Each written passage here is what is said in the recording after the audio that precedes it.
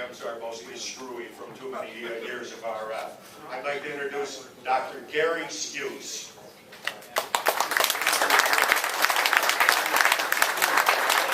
Thanks a lot, Phil. Screwy, I don't know if I'd go with it.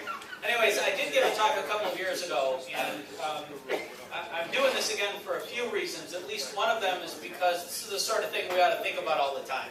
I see people do really stupid things. Climbing towers. We have a couple of repeaters on a tower in Fairport, and there's also an FM broadcast antenna on that tower. And I see people climbing the tower and coming down and saying, "Oh, it's warm up there." Okay, that's just stupid. And then they say, "Gary, you want to climb the tower?" I say, "No, thank you." So, what I hope to do tonight is inform you, and hopefully this will be interesting enough that you can stay awake for the next hour or so. And if anybody saw me, I am a professor at RIT, and whenever I prepare for my lecture, people do all sorts of things. They talk into a recorder, they videotape themselves, I pace. And my staff and my students know when I'm pacing around, they go, "Oh, you getting ready for a lecture?" That's what I do. So I will not stand still. And if that distracts anybody, close your eyes. Okay, so when we look at the electromagnetic spectrum, there are safe regions and there are unsafe regions. And I'm not going to tell you anything you don't know. Generally speaking, as the energy increases, the danger increases, okay? So you guys and girls who are into, if you're a loafer, you're pretty safe. The frequencies are low enough that the interactions with your body are going to be relatively insignificant. But then as you know, as you go upwards, microwaves are dangerous, UV light is dangerous. There's some controversy about whether 60-cycle AC is dangerous, and we'll talk a little bit about that. So throughout this talk, in fact, I think I've got an introductory slide. Oh my God, he's going to do that in an hour. We're going to talk about electromagnetic radiation. We're going to talk about ionizing radiation, which is not good. Okay? We're going to talk about DNA mutations. You're going to get a 10-minute course, well, probably a 5-minute course of molecular biology. Microwaves, heating, meat and heat the meat, which, hold on, that's going to be good. And all sorts of other stuff, including Bigfoot. And you're thinking, huh? You'll see. You'll see. It took me all of probably 10 minutes to put this together, so it's really good. When I present something to you that I don't particularly believe in because it's unsubstantiated, you will see this symbol on the side of the slide, and you're asking yourself, what's a bull doing squatting over a tennis ball? Okay? Turns out it's not. I didn't want to use the word that we usually use when we see this, so this will appear on a few of my slides. There's a lot of bad science. I mean, a crap ton, pun intended, of bad science when it comes to exposure to RF. Yeah. Use the Spanish term el toro cupo. We could do that. It's late. My first meeting this morning was at 7, so I got to speak English. So, if we think about the various things we're exposed to, and if you look at this table goes from lower frequencies, like things like power lines, 60 cycle, all the way up to radar and cell phones, and these are the possible health effects that can possibly be associated with them. And even if you look at these relatively low frequencies that they call extremely low frequencies, these relatively low frequencies that include cell phones, and then very low frequency cell phones, radio frequency cell phones, microwaves, a bunch of, let's go back to that last slide. But anyway, you can see things like cancer, blood disorders, central nervous system effects, cataracts, miscarriages. I feel pretty safe. I'm never going to experience a miscarriage. But there's all sorts of things. So how can it possibly be that you can have central nervous system effects here, you can have genetic damage here, and so forth? And it's because we really don't know. Okay? A lot of studies have been done, and we just don't have, I shouldn't give you the punchline now, but we just don't know. If we think about the ways that we're exposed, I mean this, no offense to the JOTA guys, but using our radios, we are exposed to radiation. And I see some things that hams do that I think are relatively stupid, like putting that linear amplifier on the floor between your legs. Don't do it, okay? This is obviously a scan from an airport in some other part of the world. This picture, everyone's seen this picture. I saw this car at Dayton a few years ago. This guy's probably dead by now. And this is just an image of one of my old friends. That's a fruit fly that's expressing a gene that makes it glow under ultraviolet light. But these are all different forms of radiation at different frequencies. This is nothing to worry about. It's just visible light in the green region of the spectrum. This is just HF, and you notice the amplifier is not between somebody's legs. And the frequencies get higher here, but the doses people get are low enough that it's nothing to be concerned about. So we're also going to see there's a relationship between frequency and dose. Little doses of dangerous radiation isn't bad. Higher doses are bad. People get exposed to radiation all the time. And this silly thing, this pie chart, shows the sort of proportions of exposures you're going to get from different things in your life. Like medical x-rays, consumer products, I don't know what that means. Maybe the local oscillator in your car radio, I don't know what that means. I just don't know. Smoke alarms, toasters, electric blankets, cosmic rays. I protect myself with a little hat that I fashioned out of aluminum foil. Radon. I mean, it's all about, it's all over. It's everywhere. And I remember when I took chemistry in college, and they said sitting here, or I think the example was flying on a jet, you get more exposure than you do with like 7 chest x-rays or something like that. So exposure is impossible to avoid, but it's good to be educated and to know the sources of exposure. I mentioned earlier that ionizing radiation is bad. Ionizing radiation is real bad. Okay? X-rays are a form of ionizing radiation. This is a rather grotesque-looking hand with a finger missing and all sorts of lesions in the skin. This rather terrible diagram talks about all the various tissues that can be affected. Ionizing radiation is just bad. Anybody work with ionizing radiation? Yeah? What's the general principle to reduce your exposure? Everybody talks about the RARA principle. Yeah, exactly. As low as reasonably attainable. And that's true with ionizing radiation. If you can avoid exposure or minimize exposure, it's a great thing. That holds true for all sorts of radiation exposure. Whether it's sunlight, or tanning beds, or the HF amplifier between your legs. Keep your exposure as low as you possibly can. Is an HF amplifier, is that ionizing information? No, okay, great question.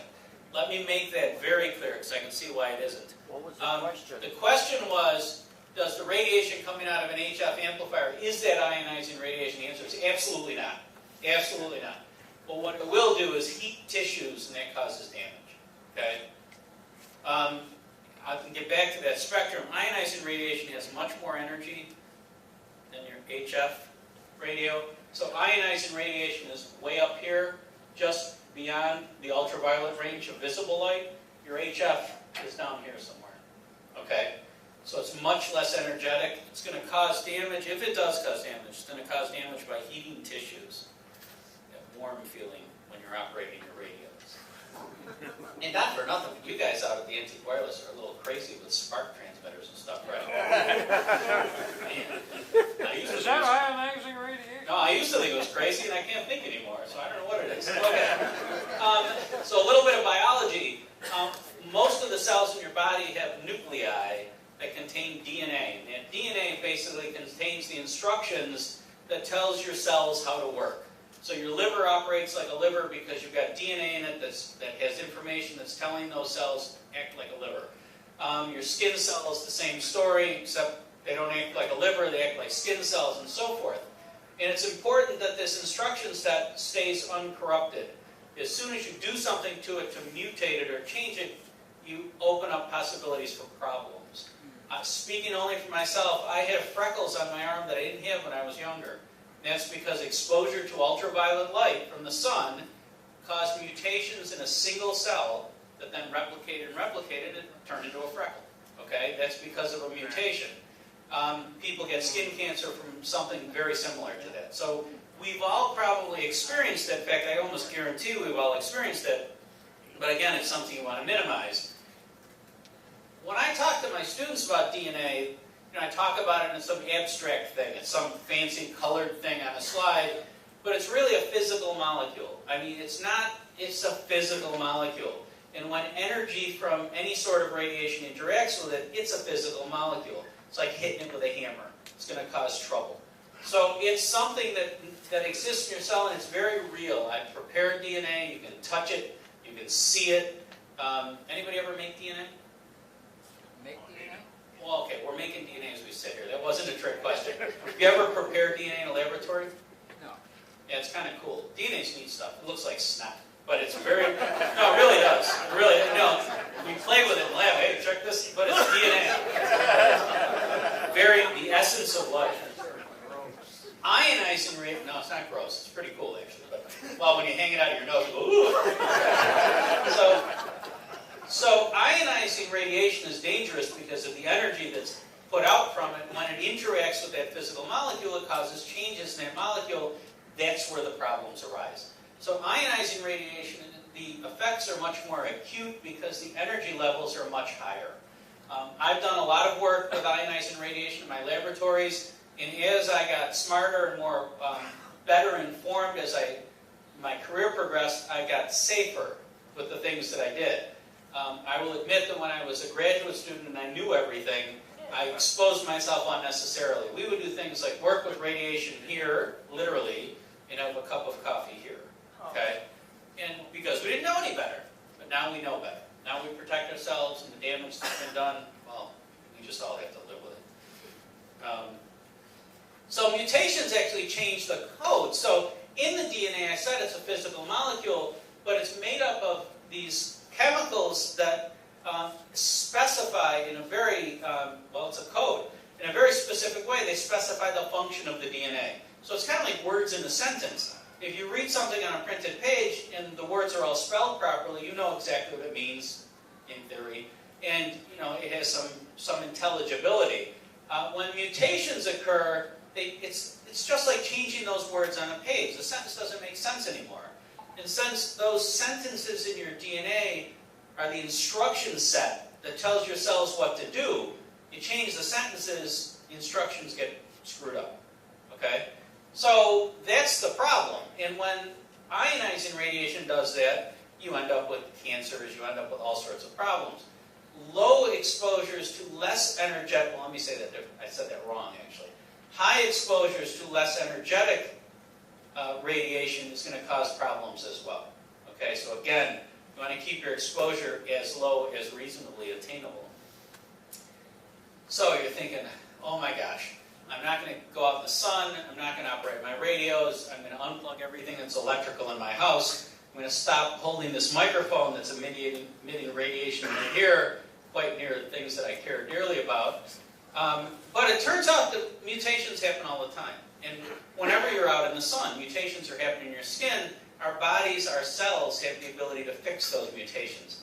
And without getting all scientific on you, what you see here is the survival rate, and in this case it's an exposure to gamma rays, and this is a normal cell. So you can see that even as the dose increases, the survival rate goes down, but it takes a while to get there. Okay? So these cells are fixing those mutations as they occur, and they'll do that successfully until you get to the point where they can't do it anymore.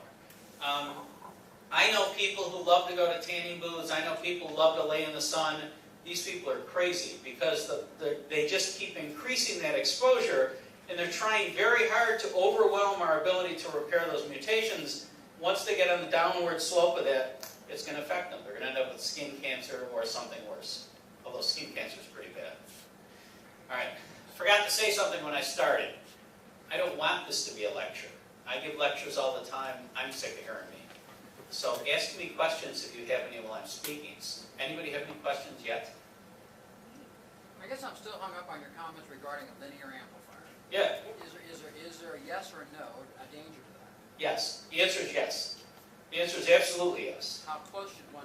I mean, you say exposure. Pardon me? What was his question? We're just having a conversation. Stay back.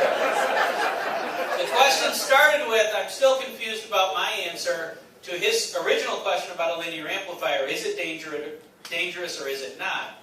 And my first response was, yes, it's dangerous. The second question But the was, second question is, so you know the rules that the FCC has published specify field strength, right? It's all about density the radiation you're being exposed to.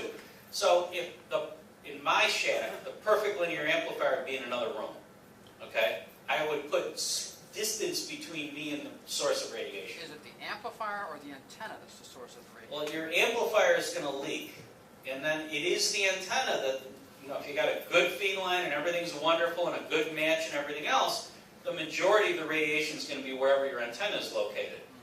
I get nervous when people have HF antennas on the roof of their car and amplifiers. They're putting out 1,500 watts 6 inches from their brain. Okay? Sweetbread comes to mind. Okay? My mind. Theirs won't work. No, but it's distant. So most of your radiation is going to come from your antenna. Something is going to leak, unless everything's perfect. Something is going to leak. And I would put as much distance between me and anything that radiates as I could. Okay? Some people are paranoid. They don't want to hold an HT next to their face. I'm not that paranoid, but there may be some merit to that concern. Yeah? Does this mean everybody in the room should stop using ham radios? Well, so, you know, we can be extreme. We can stop using ham radios, we can stop using cell phones, we can stop using microwave ovens, we can turn lights off and use candles. But you know that, well, as low as reasonably attainable, the R word, reasonable. You know, I actually had to give a talk a couple of years ago. Does anybody know who Ray Kurzweil is? Yeah, Ray Kurzweil is just, the guy's phenomenal, right? So I had an opportunity to talk before he talked. And one of Ray's propositions is that technology is advancing at such a rate that we can live forever. He said the goal is to live until the technology is there to keep you alive forever. And my talk was something like, what would you do? Right? I mean, everybody in this room is dying. That's just a fact of life, right? You just want to postpone that end. And you want to do what's reasonable to keep longevity in place. Do I want to give up lights and microwaves and televisions? No. I'm going to live with it. Okay? Life after death. Well, that's a whole different thing. That's another lecture that I can give. So, what about microwave radiation? I mean, everybody's got a microwave. I remember when I got my first microwave, my boss, who was a physician, wouldn't have one in his house. And I said, you know, Radio Shack, for $10 you can buy a leak meter, right? And he said, no, I don't trust it. So he lived like 20 years, well, this is ironic, lived like 20 years without a microwave oven and ended up dying of a multiple myeloma. So, you know, I didn't like him, but I had nothing to do with it. Anyway, so microwaves, this is a microwave oven, an old one. And that's a microwave dish that's probably used for the backhaul between, you know, these towers that telecommunications companies use. When a microwave oven is functioning properly, it's pretty safe. In fact, if you held a meter outside of it, it's pretty safe. They're pretty well shielded. I would not get in front of that thing when it's, you know, you will feel warmth. You will, you know, all sorts of stuff's going to happen. Now, Bill told me that I can entertain the crowd by talking about one specific anatomical unit, right? My gosh. Yeah. So I remember reading, when I was a postdoc, I remember reading about using microwaves to fight sexually transmitted diseases. That's the truth. That's the honest truth. There was a paper published in a prominent journal that said microwaves can be used to neutralize sexually transmitted diseases, and all I could think of is closing that door on my junk's gonna hurt like crazy. Okay? There we go, Bill. Bill said if you say junk, everybody will laugh. Yeah. And Bill's thinking, I remember reading that and it did hurt. Okay. So the way microwaves work is microwaves are relatively high energy source of electromagnetic radiation, and what microwaves do is interact with water. This is water. This is oxygen. These are two H's. For anyone who doesn't remember, water is H2O. Okay? So here's two H's and an O, and microwave radiation interacts with it and causes the electrons to excite and causes heat. Well, we're made up of a lot of water, right? You know, 72% or so of our body weight is water. So don't get in front of a microwave, okay? Because it'll excite the water that's inside of us and cause tissue heating.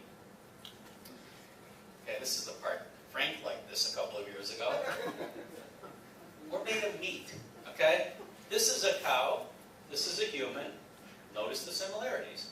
So everyone uses, well, most people, except my old boss, uses microwaves to heat things. And I mean, we'll have leftover or something or other, and I'll throw it in the microwave the next morning and heat it up without giving it a thought. And what I'm doing is I'm exciting the water that's in that leftover something or other, and I'm instilling heat in it. I made it the same thing this hamburger is. And if I exposed myself, the same thing would happen to me. Don't do that. Or, if anybody read my article in the RAG, I don't care if you do it or not. Okay, I'm not going to do it. So again, your cells have water in them, and when they heat, there's a potential to perturb that information molecule that's in your nucleus. When you heat cells up, the energy, the average energy inside of the cell increases. That's the definition of temperature. And the molecules in your nucleus, the DNA, the instruction set that tells things how to function, could potentially be screwed up, and you don't want to do that.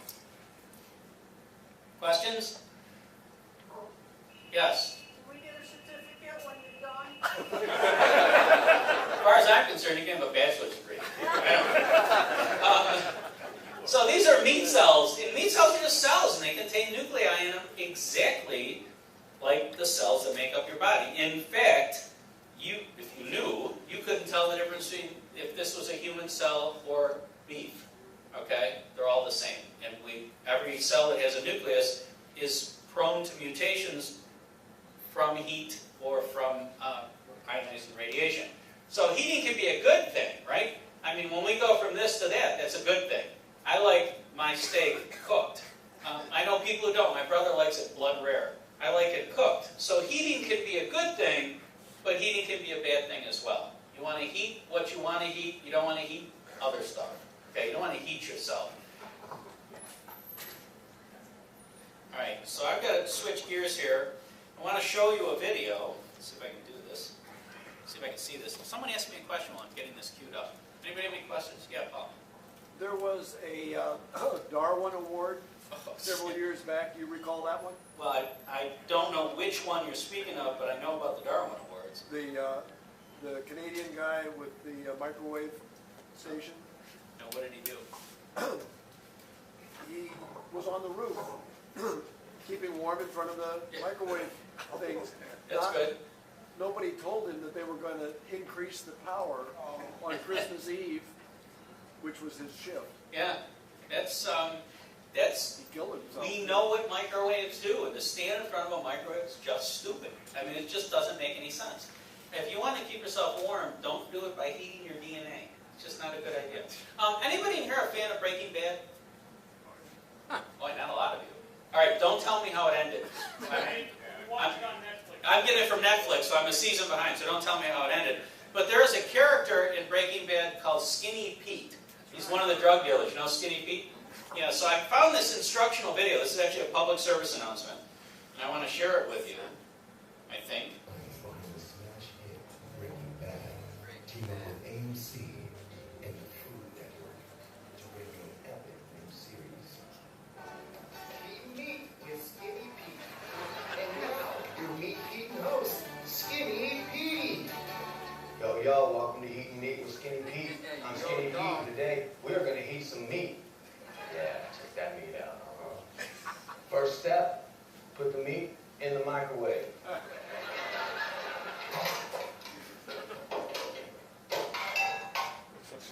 Step 2, press this button.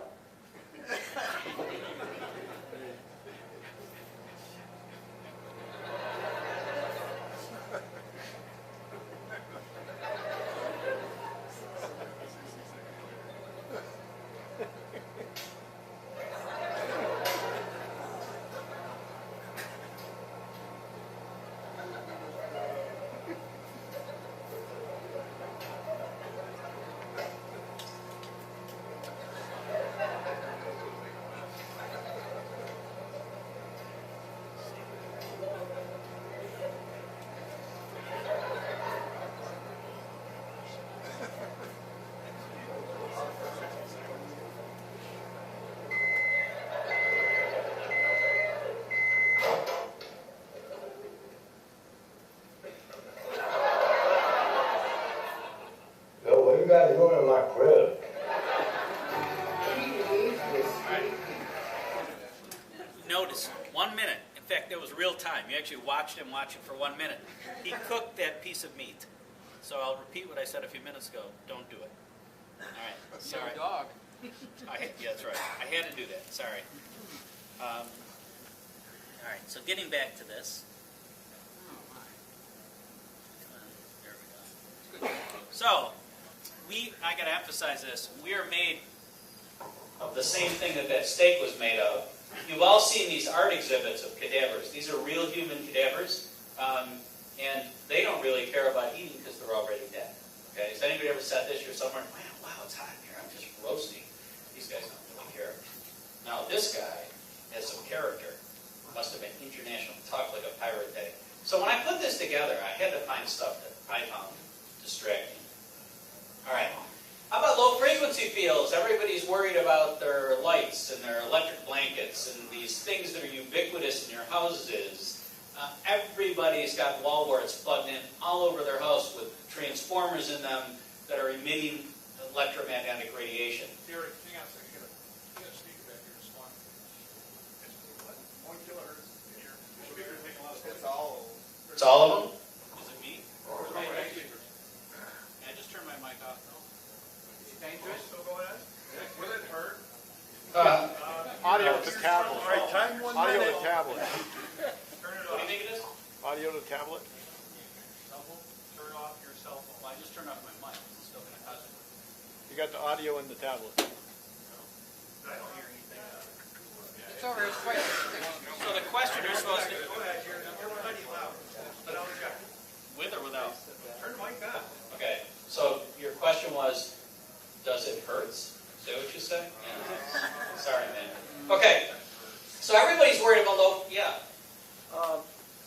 If you're causing damage to the cells in that piece of meat, Yeah. the critical things like amino acids and such that you ingest, Yep. they're no longer like they used This to be. is a great question. That's exactly correct. That's exactly right. You eat that stuff, Yep. and it's different than it should be. Right. Then your body breaks it down into its smallest components and re-synthesizes proteins that make you. So it doesn't matter that you've done that to them before you eat them. It doesn't matter. Okay. Okay? Let's do that. Yeah. So does that mean it does not actually destroy the amino acids themselves? Well, it does. It doesn't destroy the amino acids per se. It changes the proteins that are made of the amino acids. Okay. Okay? Can't think of a good analogy to that, but that's exactly what's happening. So the amino acids are still intact. The protein that they compose is changing. Does that make sense? Yeah. Let me give you an example that probably, well, everyone here is probably old enough to know about. Anybody ever know what a perm is? Right? Anybody ever do one? Yeah, I did. Back in the day, we didn't have any money, so I did a home perm. Not on me. Okay? Didn't take long. It was during a commercial. No. So what a perm does is it takes, so the hair, the amino acids in the protein that makes up hair have this amino acid. There's this one prevalent amino acid called cysteine that has a sulfur in it. And two sulfurs that are in nearby amino acids actually form bonds between them. When you do a perm, the first thing you do is break those bonds. That's why perms stink. Okay, they smell like sulfur. Then you wrap them real tightly around various little curlers. Then you add a chemical that neutralizes the first one and allows bonds to form again. That form differently, though. They form between different cysteines. You end up with really curly hair. Still hair, right? You've changed the structure of the protein, but it's still the same protein. That's the best analogy I can come up with. Okay, then you stick that head in a microwave. No, it's good. Then things get cool. Okay, so can low frequency fields cause cancer? This was published. This was on WebMD a long time ago, and the best part about it, it sounds all scientific, right? Living near high voltage power lines raises children's risk of leukemia by 69%, a British study shows. So most people scan articles like this, and if I read that first sentence, it's like, whoa, right? That's really worrisome. But if you read further, this is in quotes, we have no satisfactory explanation for our results in terms of causation by magnetic fields. Right? That means They don't know what's going on. So, this is an example of bad science and bad science reporting. Most people would see that. I read the headlines. I don't have time to read whole articles. And I would have read those headlines and I would have said, whoa, that's dangerous. Turns out, not really. Okay? So, when we don't know. The bottom line is we don't know. Yeah. I was going to say the correlation is between leukemia and poverty, and the only poor people want to live near power lines. And that could very well be. That could very, very well be. That's right. That's right. And I'll show you a couple more studies that actually indicate something like that.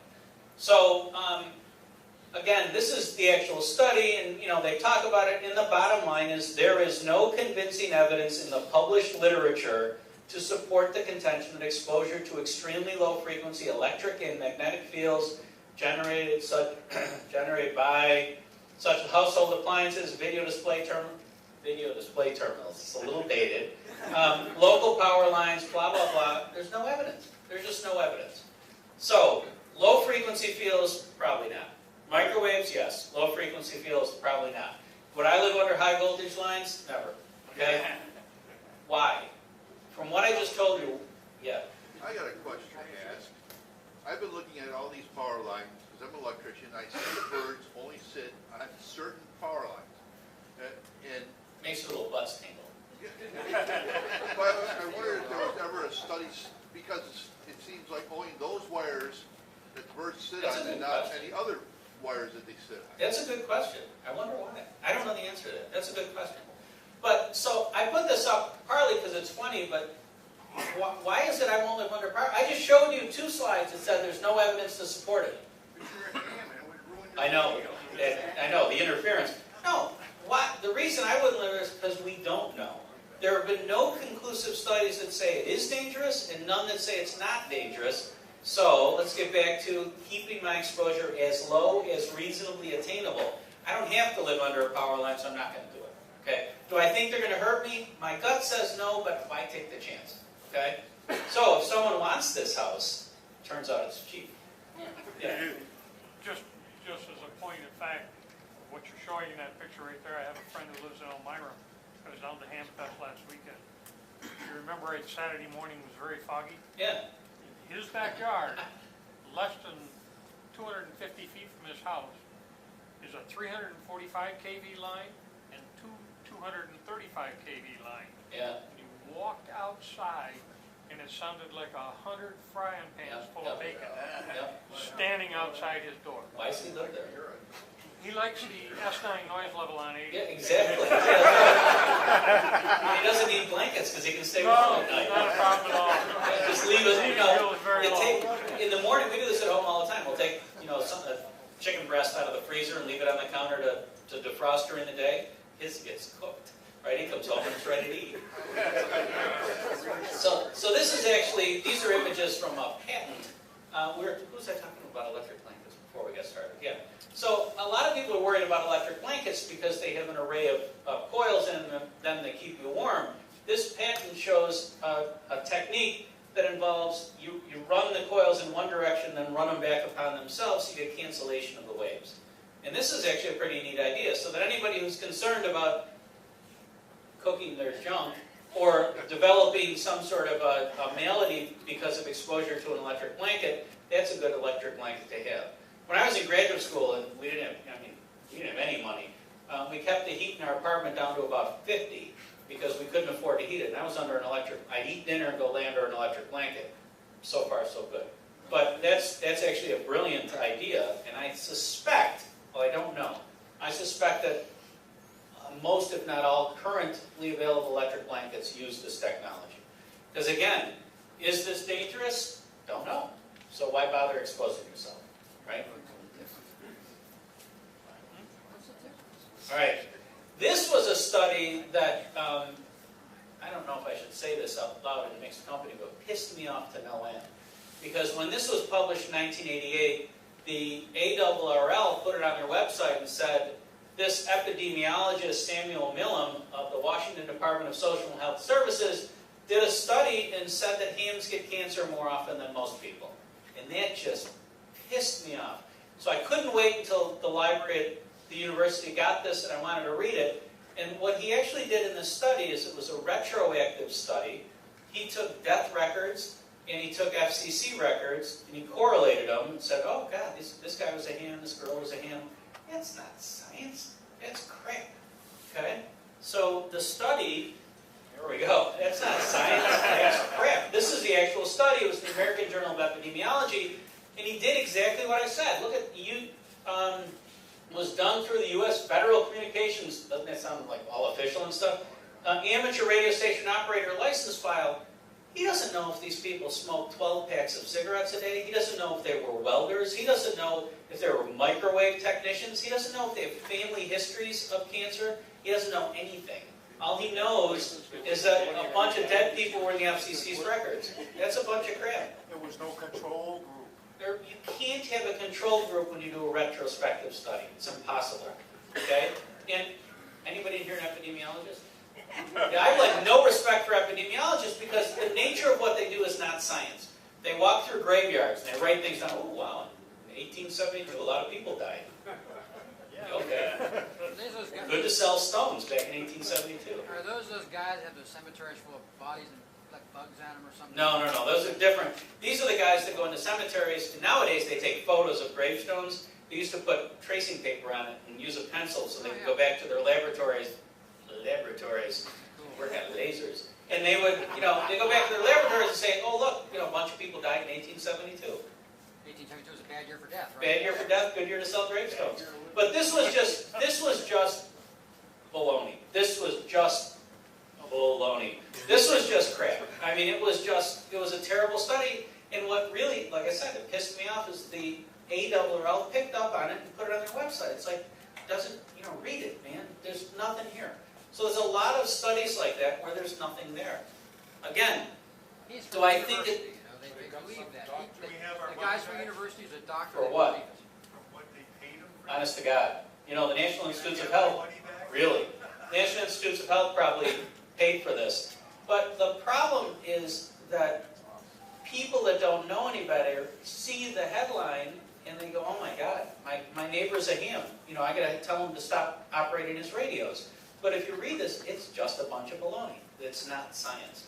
So it gets my bull award. How about UV light? UV light scares me, okay? I know dermatologists who have their annual meetings in like places where the sun doesn't shine, and not what you think. Like in Seattle. They never go to the Caribbean, they never go where it's sunny because they are scared to death of UV light. And I'm starting to share that. So remember when I showed you this, the energy increases in that direction. Ionizing radiation starts about here. This is the visible spectrum. Notice the overlap between the ultraviolet regions and ionizing radiation. There's a great deal of energy in ultraviolet light. It's bad stuff. I got a question. So what it does is it causes mutations in your DNA directly. UV light at 254, I don't know how they measure this, 0.7 nanometers actually causes mutations in your DNA directly. I mean, no in between, the light hits your DNA, causes mutations, yeah. Okay, so ionizing radiation, is that really getting to where you got wavelengths that couple well to your body parts? Yeah. That's really what's Well, going on. that's what microwaves do. Microwaves at 2.4 gigahertz are just the right frequency to excite water. Yeah. Okay? That's why we use that frequency. But the higher they get, the shorter the wavelength, the higher the frequency, the higher the energy. And it better couples into the little bitty parts inside your cell. Yes. And in this case, these parts inside your cell is the instruction set that tells your cells how to work. And you start scrambling that, you got problems. Okay? But it interacts directly with DNA. There's no intermediate, there's no tissue heating, there's nothing. It just interacts directly with your DNA and causes mutations. Can we tolerate that? Oh, of course, right? I mean, I cut the grass in short sleeves, and I don't have cancer yet. But would I invite it? Would I lay on the beach and get a tan? No. I actually showed this slide a couple of years ago. I think there's going to be a discovery that tanning booths are as dangerous as cigarette smoking and everything else That's why I'm with stupid. When people do that, it's silly. Because if you want to reduce your exposure as much as reasonably attainable, sitting under a UV light is just dumb. Okay? And I feel very strongly about that. I have students who tan, right? So-called fake and bake. And I'll tell them straight to I mean, just like if I saw one of my students smoking a cigarette, I'd say, you know what you're doing to yourself? I'd say the same thing about this. Don't do it. So how about microwave exposure to police officers? Anybody here a cop? I apologize for what I'm about to say. Who cares? They're cops, right? No, but this was a study. This was a study that was done entitled. This was done by the National Institute for Occupational Safety and Health, part of the government. And this was entitled "Occupational Exposure of Police Officers to Microwave Radiation from Traffic Radar Devices." You may have been a cop long enough ago to realize when the handheld guns, a lot of guys are putting them between their legs and between cars. A lot of guys with adopted children. Okay? But anyway, so they did this study, and it was done by the government. Pardon? Okay. So, I thought this was great. The fact that the government did this is great. I mean, this was done a while ago now, but I thought this was great. So let's look at their conclusions. This was a controlled study. They looked at police officers who use radar guns. So what does it say? Although conducting a definitive epidemiologic study of health risks associated with traffic radar devices does not seem feasible at this time, then they have recommendations. Based on what? Well, based on common sense. Okay? Basically, if you read all of these, it says, don't expose yourself unnecessarily. But the bottom line is they did a study and didn't have any results. They could not draw any conclusions about whether it was dangerous or not. So I guess it's good that they did it, but just like I said before, if we don't know, don't do it. Don't expose yourself. So how about, they also did it in Canada, and I care even less about Canadian cops, okay? And they did the same sort of thing, and the bottom line was, don't know, okay? So these studies are inconclusive. No, I didn't say that. You said that. How about this one? I love this. Radio frequency, electromagnetic fields, cancer, causing DNA mutations, and causing toxicity to your genes. Now that scares me, right? Well, what's this going to do? It's toxic to your genes. I go, wow. Overall, however, the preponderance of public epidemiologic and experimental findings do not support the supposition. Sounds like a supposition that exposure to such fields are carcinogenic. This was in 2003. Again, inconclusive. Now, doesn't mean it doesn't happen, it just means we don't know. So, love this. Isn't the New York Times says all the news that's fit to print, right? I think that's their tagline. This came from the New York Times. It says, cell phone radiation may alter your brain. This was in 2011. This is only a couple of years ago. This is the New York Times, and people read the New York Times and they think, wow, it must be true. Right? Dan Rather didn't work there. We know he's a liar. But this must be true. And they had this article, and it's like, wow, so it's the New York Times. I don't believe it. Okay? I read this, and I saw this, and it's like, this can't be true. But it's the New York Times, right? You have to trust them. So then I looked at this, and it's, oh my God, how to hunt Bigfoot. And this was a year later in the New York Times. And I'm thinking, credibility? What is credibility? So I don't agree with that. I mean, this is the New York Times. People think that what's in there, sorry about that. I had to get a little stronger with this one because honestly, this is the New York Times. They used to be a credible source of information. But to say, the headline was, cell phone activity will mess up your brain, then if you read the article, it says, well, not really, we don't have the evidence. But it's a headline that sells papers. Would it not be for those that sit on the phone for an hour after hour after Well, hour? potentially, but there's no evidence to support it. There just isn't any. There really isn't. How can And you now do brain damage to somebody that sits on the phone for hours? Well, that's right. Ain't nothing to damage. Now, I will tell you, one thing that drives me crazy with my kids is they don't even talk on the phone anymore. They're texting each other constantly. They're reducing their exposure without even knowing it. Holding the phone out here and texting is a whole lot safer than holding it like this. kids don't talk, my kids don't talk on the phone very much except when I call them. The rest of the time they send text messages. But in any event, how to hunt Bigfoot? Raise your credibility. All right, here's an anecdote. Someone just sent me this in email. Someone knew I was giving this talk tonight, and one of the quotes that he sent me that was from the New Yorker magazine was, a group of young women at a factory who all worked together, 19 of them had girls. They gave birth to girls. And you read that, and you got to say to yourself, 19 have girls, something's up, right? Well, How many had boys? Pardon? How many had boys? They didn't say that. But it turns out it's the dad that determines the sex of the child, and I bet they didn't work together, right? They could have, but that would have been a heck of a coincidence. So this is just a little interesting observation that has no scientific basis, doesn't mean a thing. Now someone might read that in the New Yorker and say, just draw the conclusion that whatever it is they were doing in that factory affected their ovaries, they could only have girls. But it's dad that does it. And they didn't explain that. They just said this. So They also don't tell you how many women are in the group. That's right. If there's 5,000 women in a group and 19 of them had girls, what's... That's right. Or it could be there are 38 in the group and 19 had girls and 19 had boys. They don't say that. So this is just another example. Bad science. Bad science. Lots of bad science. That's why we should bring Jerry Springer in to get to the bottom of this. Oh, yeah. So how about this one? I'm sorry. I separated this from the other one. I meant to show you this. This is exactly this. This is the paper I showed you a few minutes ago. And here's where it says, well, here's the full sentence that I read before.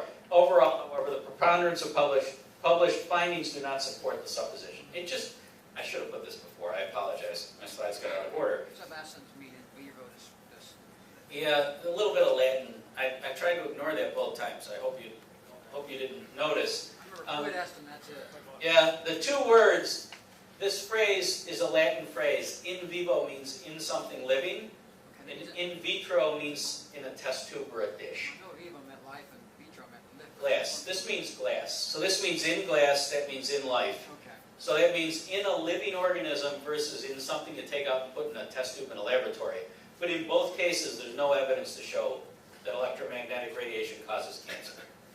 So am I right in assuming so far that the end result of this is that if you stay away from really powerful microwaves, it may or may not be dangerous? Correct.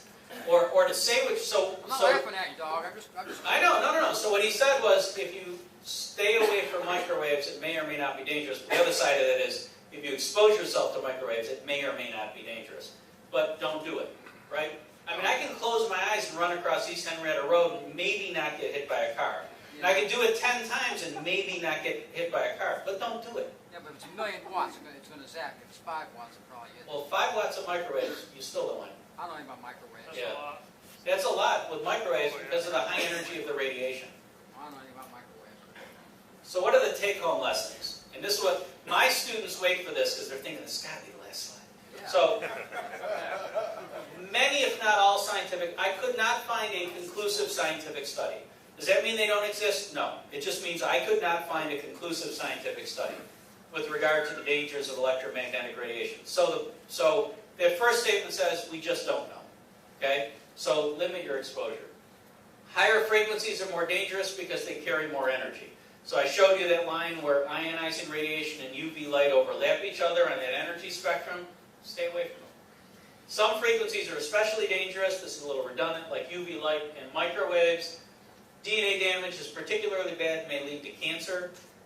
Heating meat with skinny Pete is one thing, but damaging your DNA will likely cause problems. At the very least, I ended up with freckles. Yeah? So how do you know how many gigahertz your microwave has? They're all at 2.4. Oh, That's the magic frequency for heating up water. okay. Okay, and you're 72% water. Also for cordless phones, wireless routers. A lot of cordless phones, wireless routers, lots of stuff all of a sudden, right? And then, what's that called?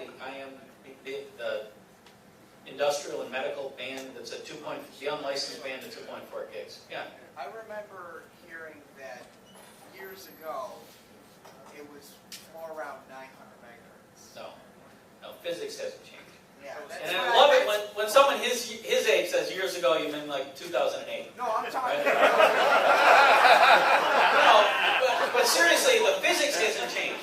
Yeah. Water is excited at 2.4 gigahertz, period. I think We- he's talking about phones, cordless phones. Okay, so cordless phones have changed in frequency, so have cell phones. My cell phone was at 800 megahertz a few years ago, now I don't even know what it's at. In fact, it's at multiple frequencies and multiple bands, but it used to be at 800.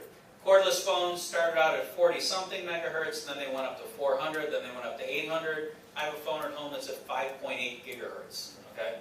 The first nano microwaves were originally around 900 megahertz. They were. Yeah. They didn't work real well, that's why we went to 2.4. Why you don't see them anymore? Yeah. Fire works well too, right? It just takes longer. Not as much energy. Tissue heating can be damaging, like Skinny Pete showed you. So educate yourselves. Learn about this stuff and look at the science with a critical eye. And you can, you don't have to be a scientist to read the sentence that says this study was inconclusive. So read the study or just read the first part that tells you that. Don't just read the headline and panic. And very importantly, educate your neighbors. I had a neighbor helping me put up a tower, and the whole time he's helping me, he's like, what are you going to do with this? I'm going to put antennas on it. Where are you going to point them? Well, your head. Over your house. You know, not at my head. So, no, but educate your neighbors. And, you know, his house is probably 300 feet from my antennas, and it's not going to do any damage at all. But I educated him. I talked to him about it. He's an engineer, so, I mean, he understood it. He's not a ham, but he understood it. And I educated him so he wouldn't panic. My dogs would pee in the carpet. It's not my radios. Okay, again, limit your exposure as much as reasonably possible. Okay? And that's the bottom line. In fact, that's the most important take-home lesson of the night. Don't expose yourself unnecessarily. Stay away from your antennas when you're transmitting. Don't put your Wi-Fi router between your legs. Don't put your HF amplifier on the floor under your desk. Put it somewhere else so you're not being exposed. Pardon? Yes. Ooh, somebody's, who is it? Suzuki DXT is the first three part of the license. You're blocking somebody. Thank you. We'll close our eyes so we don't know who it was. So, does anyone have any questions about any of this that you haven't asked yet? Yeah.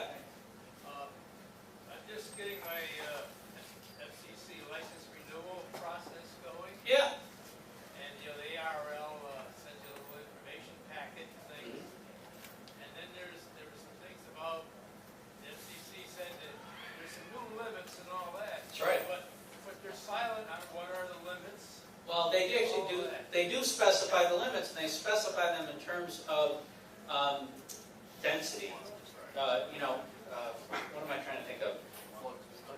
Watts per square meter, or something like that. Field strength, and they express it in terms of density. And for the most part, everything you're doing is probably fine. But I know on the licensing exams now, I think at every level, there's questions about those regs.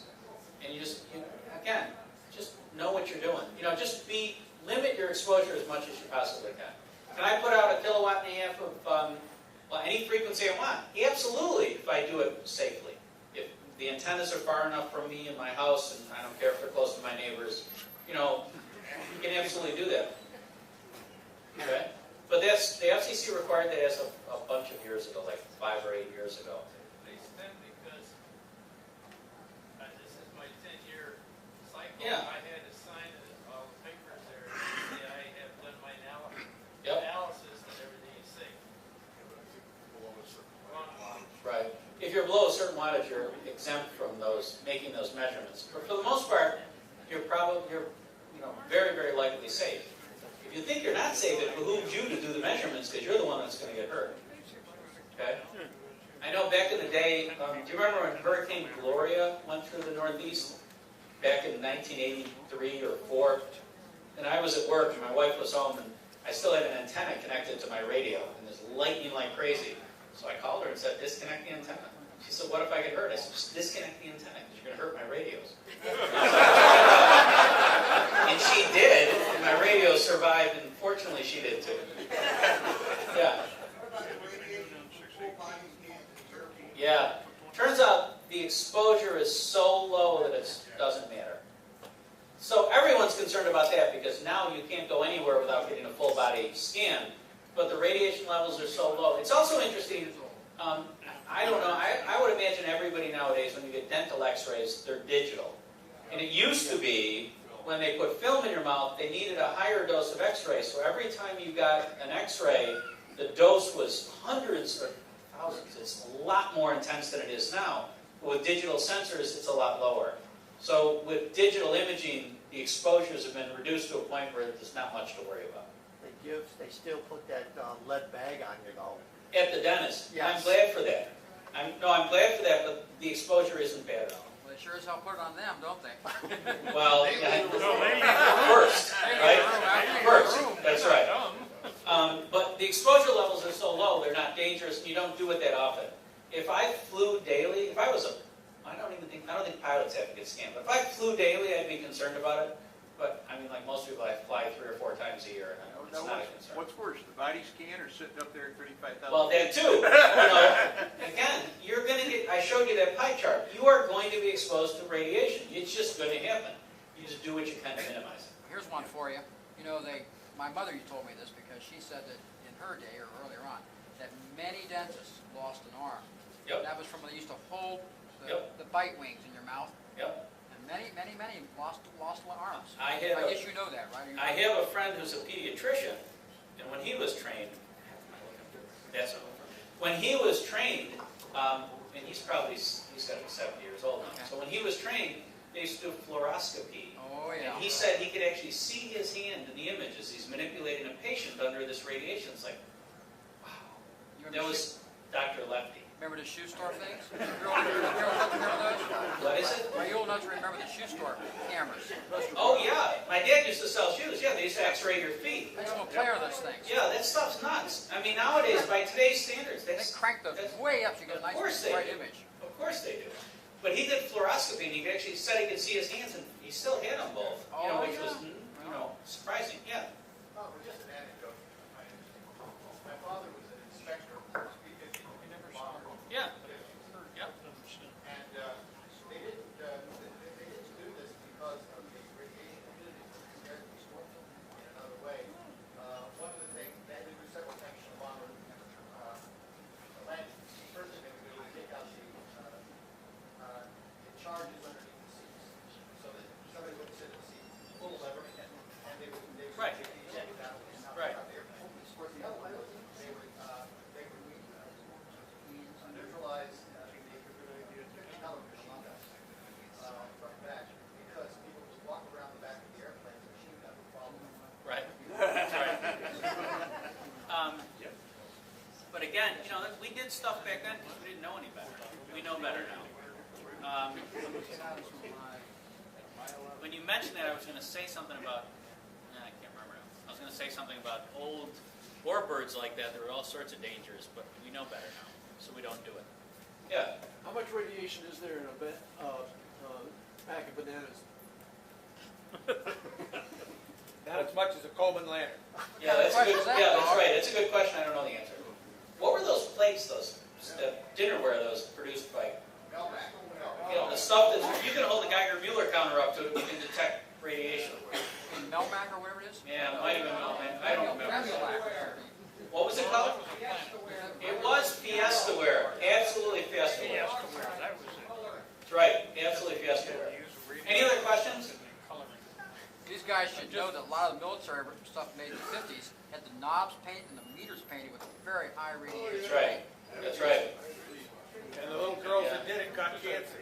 Yeah. No. Yes. An interesting thing is, the broadcast stations, particularly AM, are limited to 50,000 watts. Right.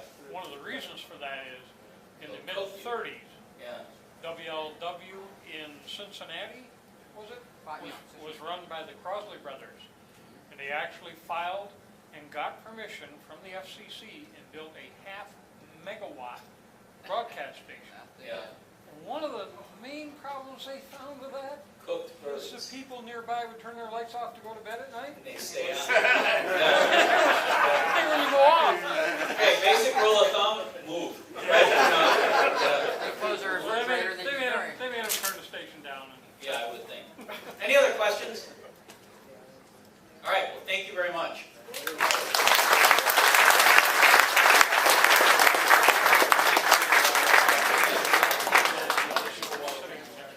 Thank you very much. Gary. Great presentation, lots of humor, lots of knowledge. I can't wait to go tell my doctor I'm 72% water to blow it out his nose.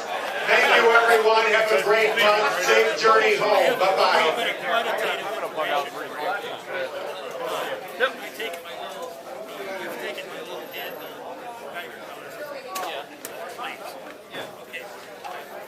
Typically, let's say 12 cows per minute. But when you get up to 35,000 feet,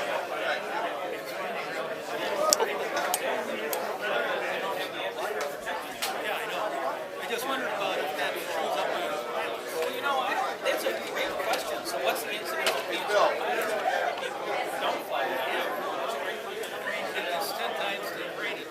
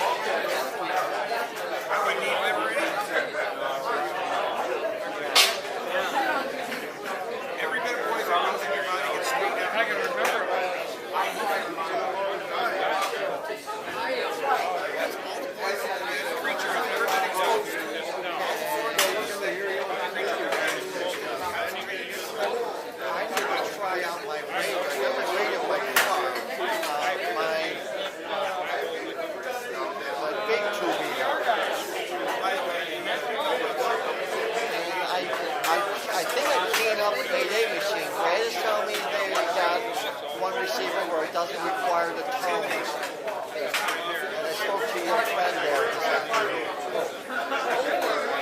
He's probably going to rig it up. Yeah.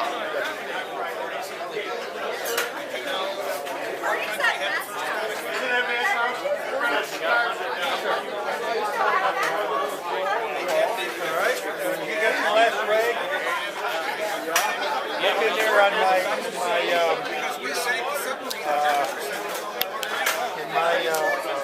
article in there. It tells you exactly what to do. Same thing for you as the rest. All in the red. You'll find my article about pumpkin control. It's right there in the beginning. So to send me the email, I got one more break. 2 nights. Hold on a second.